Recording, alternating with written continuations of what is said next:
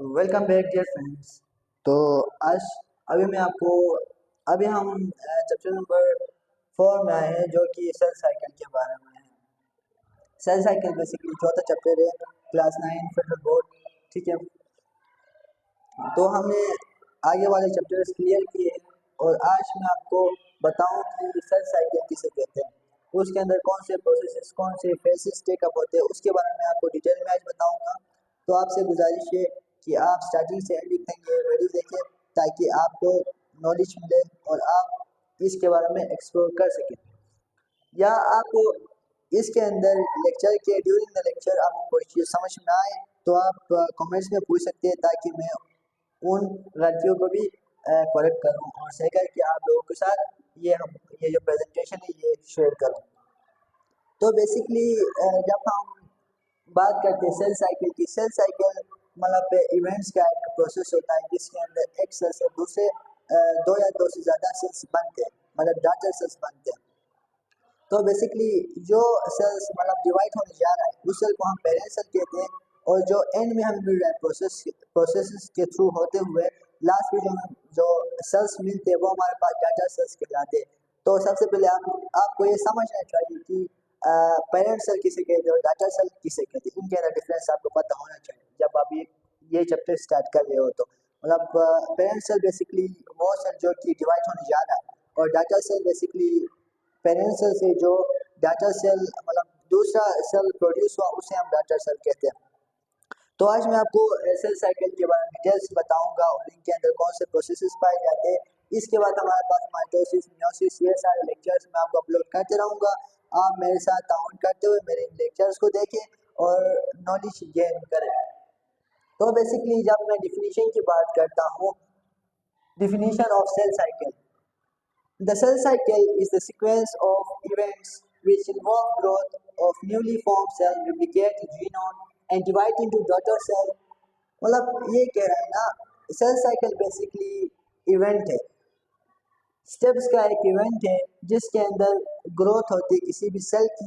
Cell के अंदर chromosomes की जो नंबर होती है वो ज़्यादा होती है, जीनोम कॉपी होते हैं, और जिसकी वजह से एंड में प्रोसेस के एंड में हमें डाटा सेल्स मिलते हैं। मतलब एक ऐसा प्रोसेस है cell cycle. Cell cycle is the process which involve events which lead to be form new cells means the daughter cells।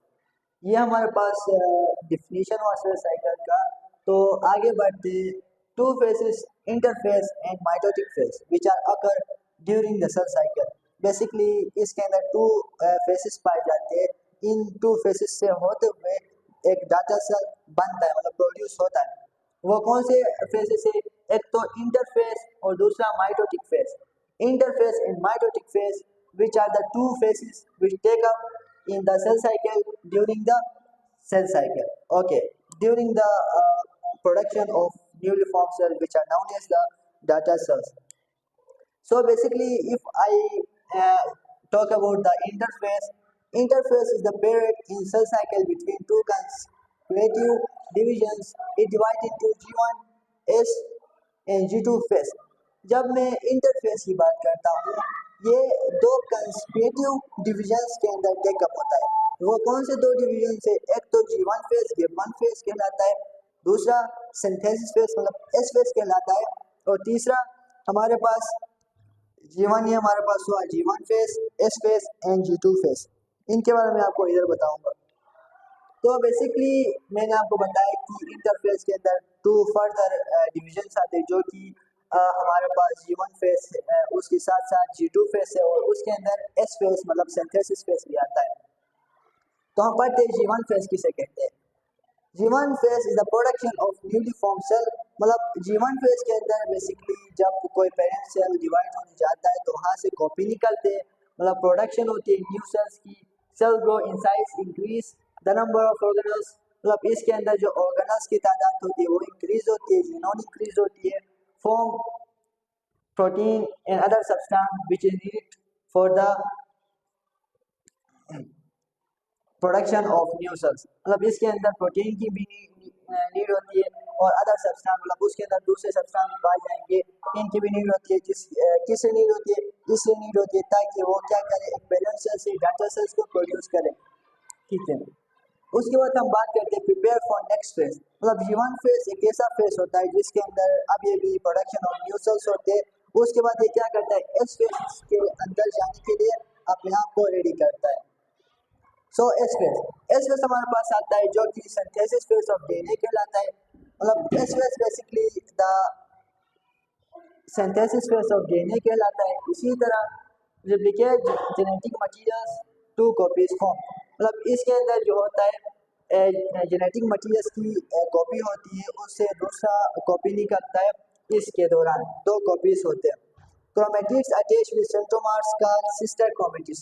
मतलब क्रोमेटिड्स जब सेंट्रोमर्स के साथ अटैच होंगे ना, तो वहाँ पे हमारे पास क्या बनेगा, वहाँ पे हमारे पास सिस्टर क्रोमेटिड्स कहलाएंगे।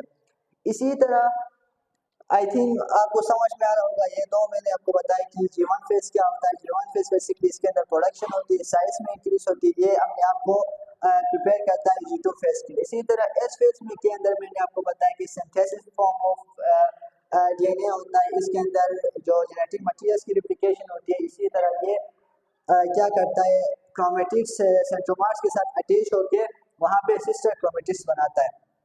दूसरा हमारे पास G2 फेज हमारे पास है। G2 फेज के अंदर क्या होता है ये मैं आपको बताऊंगा। Prepare for mitotic phase. मतलब इसके अंदर ये क्या करता है, इसके बाद माइटोटिक फेज के लिए अपने आप को रेडी करता है। Cell form chromatids for replication process move more mitochondria form. मतलब ये क्या करता है, सेल के अंदर जो क्रोमेटिड्स की जो रिप्लिकेशन प्रोसेस होती है, और ये अपने आप को प्रिपेयर करता है कि ये माइटोटिक फेज के अंदर मूव करे। इसी तरह जी नॉट फेज। मतलब जी नॉट फेज एक ऐसा फेज होता है जिसके अंदर जो सेल जो होता है वो जो नॉट फेज में मूव करेगा, तो वो क्या करेगा, सेल की डिवीजन नहीं होगी, मतलब फॉरएवर। मतलब कुछ ऐसे होते हैं जो कि टेम्पोररी होती है, जो कि परमानेंट होती है, जो कि कभी कभार भी होती है। ऐसे हमारे पास पार्ट्स होते हैं। For example neurons once major never divide again. मतलब ये हमारे पास क्या है, न्यूरॉन्स ऐसे सेल्स पाए जाते हैं जो कि जीनोड फेज में के अंदर ही रहते हैं, मतलब वो डिवाइड नहीं होते। इसी तरह कुछ हमारे पास ये पार्ट्स आते हैं, kidney and liver. Kidney and liver ऐसे पार्ट्स होते हैं, ऐसे सेल्स होते हैं जो कि टेम्पोररी क्या करते हैं, डिवाइड होते हैं, कभी कभार डिवाइड होते हैं। इसी तरह कुछ हमारे पास ऐसे जो कि परमानेंटली डिवाइड नहीं होते, जो कि थोड़े ऐसे होते हैं जो कि टेम्पोररी होते हैं। तो जीनोड फेज के अंदर बेसिकली क्या होता है कि सेल डिवीजन नहीं होता है, मतलब वो डिवीजन होने से रुक जाता है। इसी तरह दूसरा जो हमारे पास फेज आता है वो माइटोटिक फेज है। माइटोटिक फेज बेसिकली क्या है, एक ऐसा फेज है जिसके अंदर दो डाटा सेल्स फॉर्म्ड होते हैं। माइटोसिस होगा तो दो होंगे, मियोसिस होगा तो 4 डाटा सेल्स प्रोड्यूस होंगे। इसी तरह ये डायग्राम हमारे पास है। सबसे पहले हमारे पास G1 phase, S phase, G1 and G0, G2 and G0 phase हमारे पास है। इसके थ्रू क्या होता है कि एक डाटा सेल रेडी होता है, मतलब माइटोसिस हुआ तो उसके अंदर डाटा सेल प्रोड्यूस होंगे, या मियोसिस होगा तो वहाँ पे डाटा सेल प्रोड्यूस होंगे। तो ये था हमारा lecture 4.1 chapter number cell cycle. तो यकीन है कि आपको समझ में आया होगा। डिफरेंट टाइप ऑफ वीडियोस के लिए लाइक करें, सब्सक्राइब करें और बेल आइकन पे क्लिक करें। So thank you for